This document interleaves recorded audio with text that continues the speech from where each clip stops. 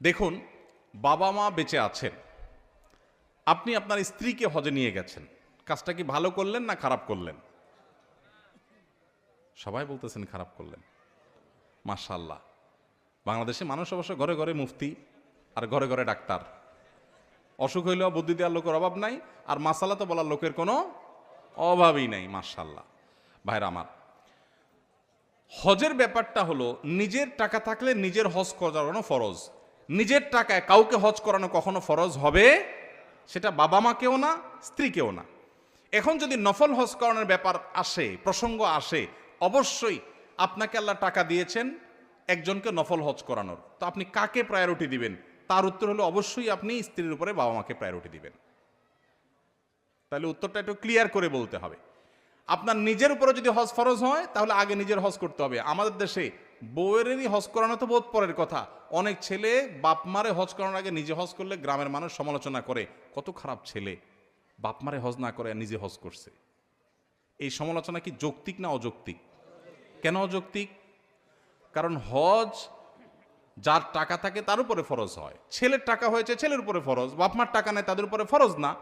এটা রেসপেক্টের বিষয় না, এটা ফরজ আদায়ের বিষয়, অতএব ফরজ আদায় করতে হবে। কিন্তু ছেলেরাও অনেক সময় নিজে হজ করতে চায় না, বলে যে এত সকাল হজ করে ফেললে আরও তো জীবন বাকি রয়েছে, জোয়ান বয়সে হজ করে ফেললে শুনছি যে হজ করলে আর কোনো আকাম কুকাম করা যায় না, তো এত তাড়াতাড়ি হজ করে ফেললে কেমনে হবে, এখনো তো অনেক কিছু বাকি।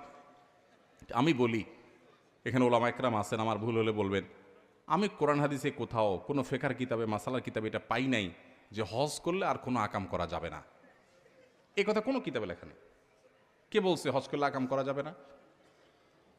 আকাম হজ করলেও করা যাবে না, হজ না করলেও করা যাবে না, ওইটার সাথে হজের কোনো সম্পর্ক নাই। আমাদের দেশ থেকে সব বুড়া মানুষ হজ করতে চায় আর সব হারাহারি করে, এদিকে হারায় ওইদিকে যায়। আপনি ইন্দোনেশিয়ান, মালয়েশিয়ান, অন্যান্য দেশ থেকে সব ইয়াং বয়সে হজ করতে চায়, ওরা হারায় না। আমাদের দেশে সব হারায়। মিনাতে অনেক বছর আগের কথা, মানে 10-12 বছর আগের কথা, এক হাজি সাহেব দেখি যে শুয়ে আছে। তখন এখনকার মতো এত সুশৃঙ্খল ছিল না, পুলিশের এত অ্যাক্টিভিটিস ছিল না। তো আমি মিনার দিকে আসলাম মুজদালেফা থেকে, আরাফাতের রাত্রে আরাফাত থেকে মুজদালেফা রাতে যাপন করে আসছিলাম। তো ওই মুরব্বীকে দেখলাম যে একা একা শুয়ে আছে, সবাই ওইদিকে যাচ্ছে। মুরব্বীর শোয়ার স্টাইল বলতেছে উনি গত 1-2 দিন থেকে এই জায়গায় আছেন, মানে লম্বা ঘুম, এবং তার গলায় প্লাগ আছে বাংলাদেশের পতাকা। দেখে চিনলাম আমার দেশি মানুষ। বৈশা ভালোর জন্য জিজ্ঞেস করলাম, বাবাজি আপনি কি আরাফাতে যান নাই, মুজদালেফা যান নাই? কয় না, আমি 2 দিন ধরে এখানে আছি বাবা। তোমাকে বলেন কি, সবাই তো চলে গেছে, আপনি যান নাই? কন আমি যাই নাই, এখানে আছি, এই তো হজের এলাকা। তো আমি বললাম হজ হয় নাই তো, আরাফাতে না গেলে তো হজই হবে না, ওটা ফরজ। আমার উনি ধমক দিয়া বললেন, তোমার মাথা, হজ করার নিয়ত করে আসছি, হজ হবে না, কে বলছে তোমারে? আমি আর কথা না বাড়ায় দেখলাম যে যান বাজায় চলে যায়। তো বুড়া বয়সে হজ করতে গিয়ে অনেকে উল্টাপাল্টা করেন। তো জোয়ান বয়সে হজ করবেন, যাদের ফরজ হয়েছে বাবা মাকে নিয়ে করাতে পারলে আলহামদুলিল্লাহ, কিন্তু না করাতে পারলে নিজের হজ করবেন। বাবা মারা, মুরব্বীরা যারা আছেন, উল্টাপাল্টা বদদোয়া দিবেন না, ভুল বুঝবেন না যে ছেলে নিজে হজ করলো আমারে করালো না।